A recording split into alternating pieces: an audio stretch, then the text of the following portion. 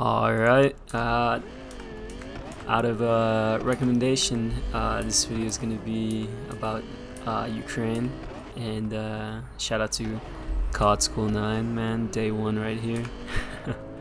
But yeah. Well, I guess we start at the beginning on why I went to Ukraine. So I'm in a long distance relationship for about 4 years. I know, kind of crazy, but she's from Ukraine. So I think in a year and into a year into our relationship, I went to Ukraine.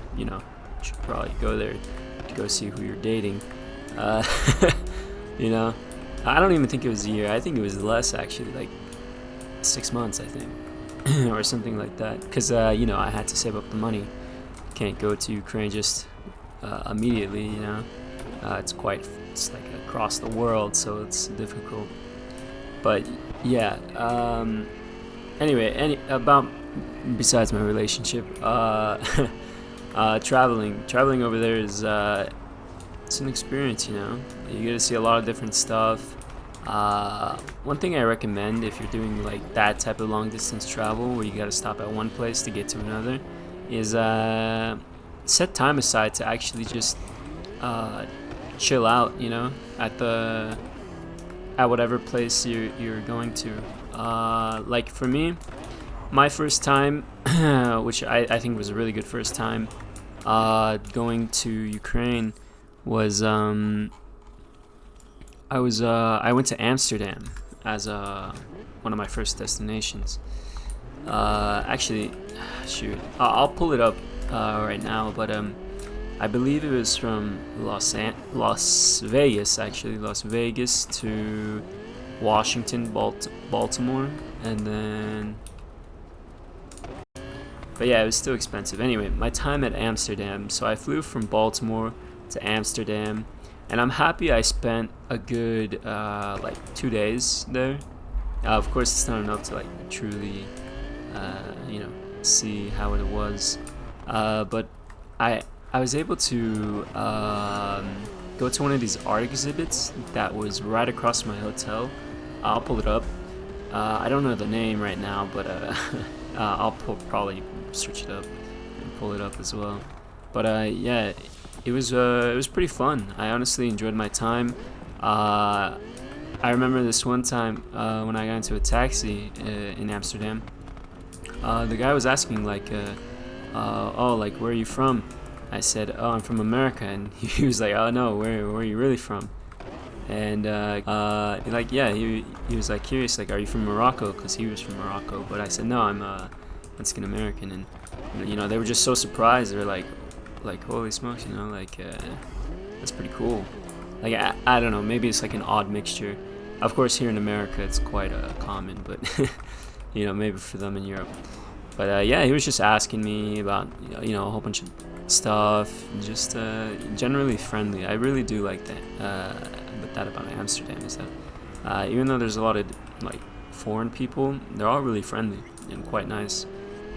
So yeah, the environment was pretty chill. The hotel I went to was a capsule hotel, and if you know anything about capsule hotels, is that it's just a capsule. It's a small room that you got to sleep in.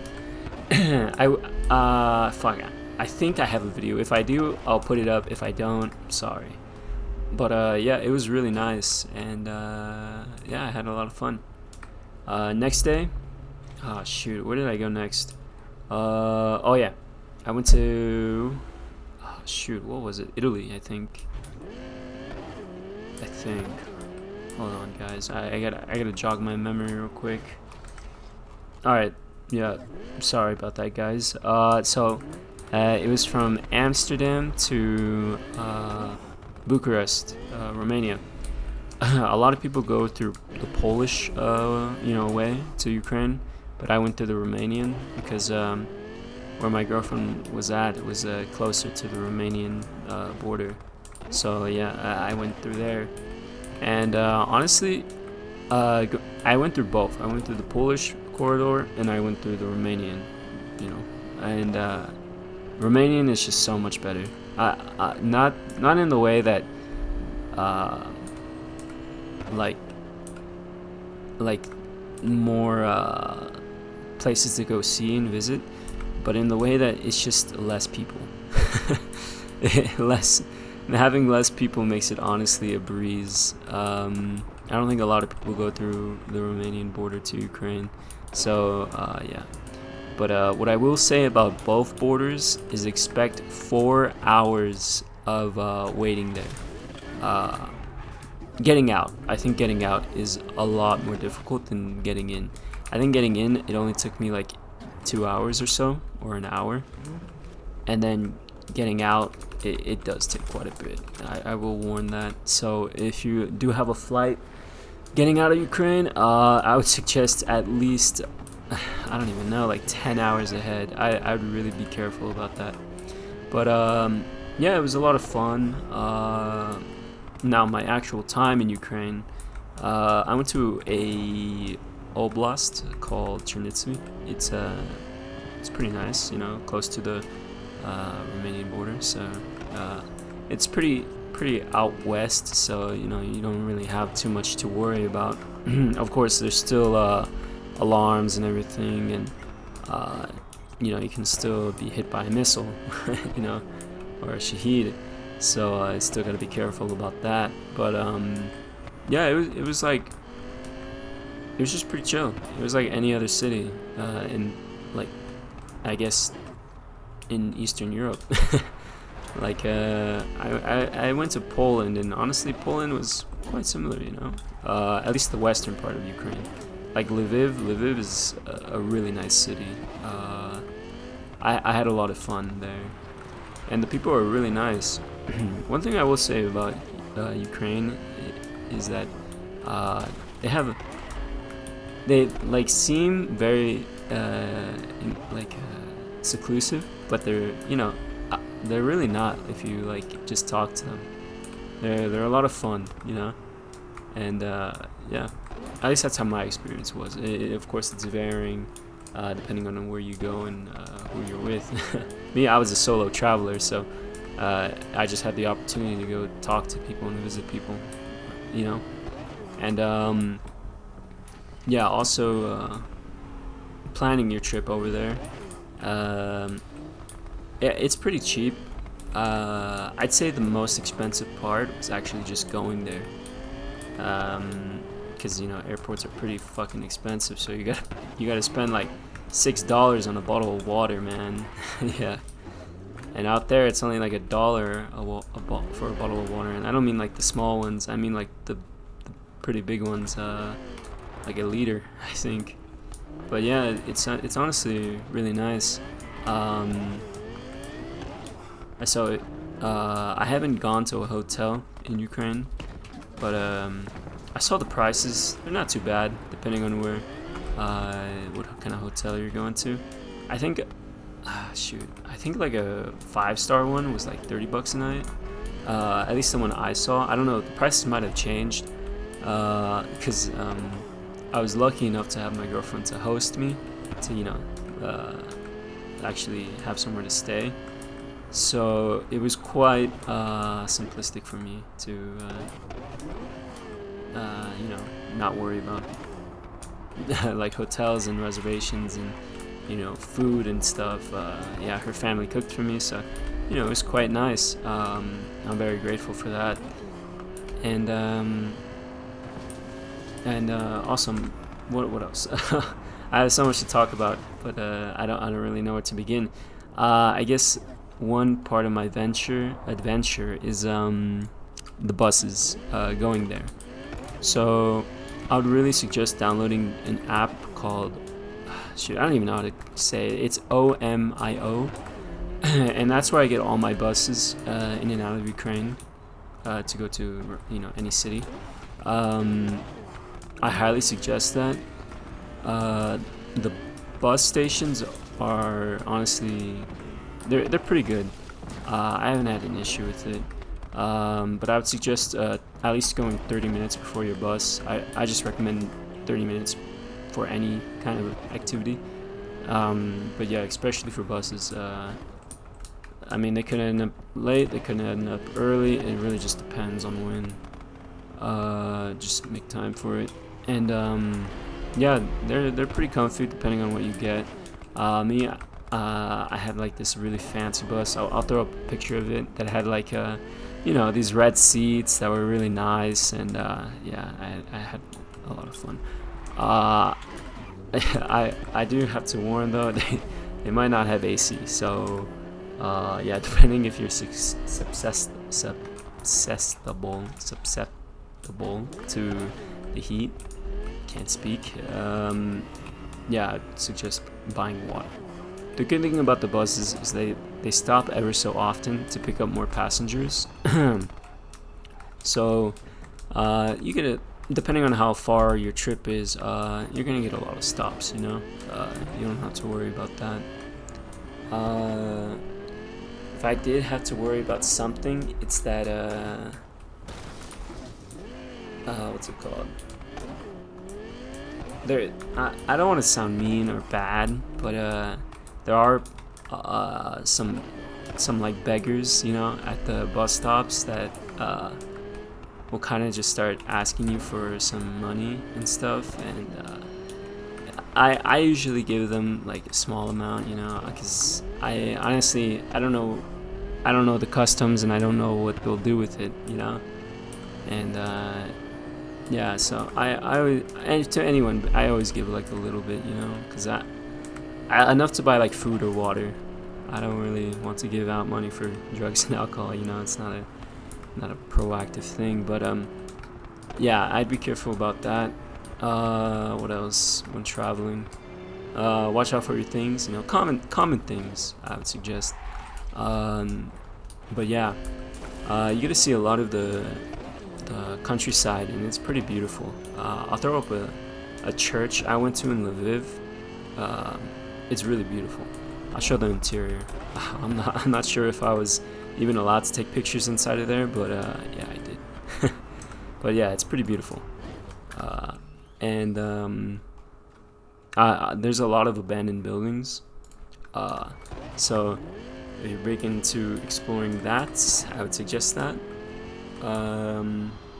Also, if you're into alcohol, and if you really want to try a really good alcoholic beverage, I don't even know what it's called. That's why I'm calling it that. All right, I know it might sound a little corny, but I think it's a beer. I'm not sure, but yeah, it's this apple cider drink. I think something like that. It has a picture of an apple. Now I'll show it up, but it's really good. It's made and produced in Lviv, I think. So if you ever go to Lviv, buy that. One alcohol I do not recommend is this Revo drink. Listen, it's all right, but after a few, it just gets really bad. It just tastes bad.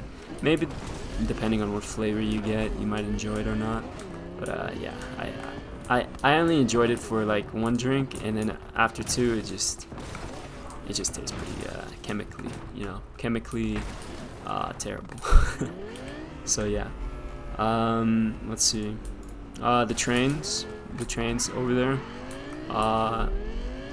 they're pretty nice.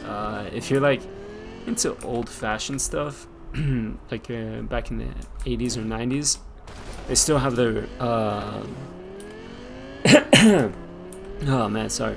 They still have their like Soviet type of vibe, very old.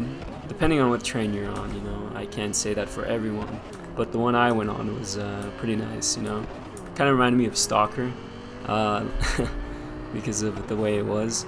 The train station in Kiev, the capital, was really beautiful. I really enjoyed it. It reminded me a lot of an airport, and if you do get lost or if you need help, there's always one Ukrainian that speaks English. Like, it might not be everyone, but at least there's like at least one person. Hopefully, I can't speak on everyone's experience, but from what I've experienced is that there's usually just one guy, and if at least like a majority of them can speak it to like a certain level, but yeah, it's not really their forte, and as it's not it's not their job to speak English for foreigners, you know.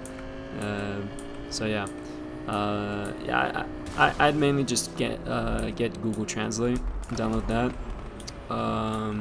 What else?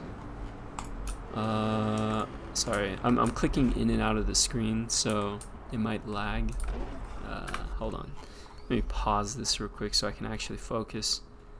Oh yeah. I guess.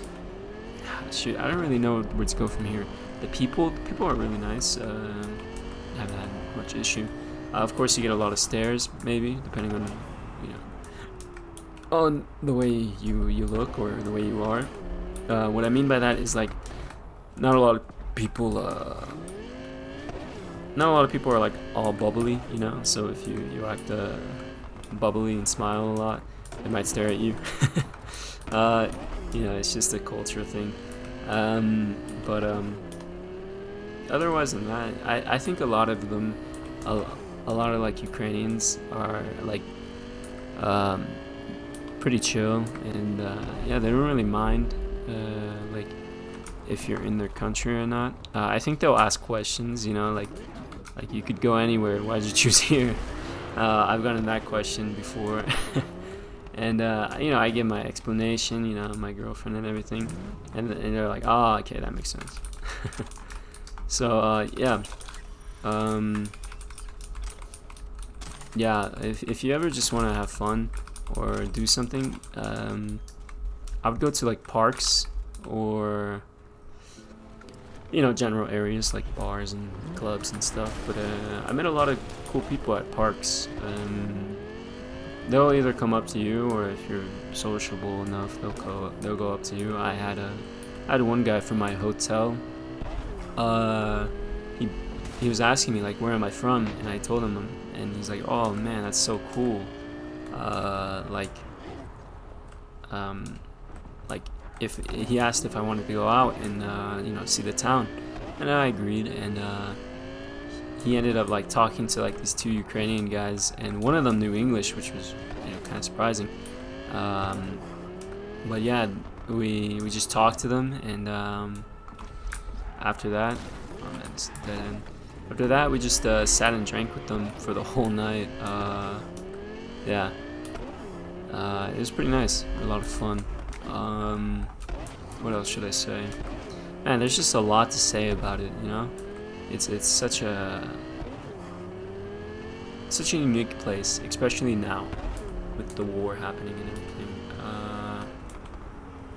But yeah, oh my goodness, that's a dead end as well. But yeah, I would highly suggest traveling if you can. I think any good traveler, or any like anyone that really wants to understand like the world or anything, or like people or society, should really travel to like a country that's in war currently, you know. And I don't mean like the U.S. and Iran type of conflict, you know, where you go to the U.S. and say, oh, I went to a country in war. It's not really the same, you know. They're two oceans apart, but or an ocean apart, sorry. And I meant like you know, any country that's at war, and really understand the people. It's pretty eye-opening, you know, a very unique experience, and yeah. Yeah, I guess that's really all I can talk about right now. I'm quite the yapper, so I'm probably gonna end this YouTube video. It took me longer because you know, I gotta edit it. But yeah, I had a lot of fun talking about this. If you have any more suggestions, you know, put them down. Anything from, you know, anything, I'll probably talk about it. But yeah, shout out to COD. Man, you're a real day one. Thanks. Anyway, yeah. Alright, I'm done talking.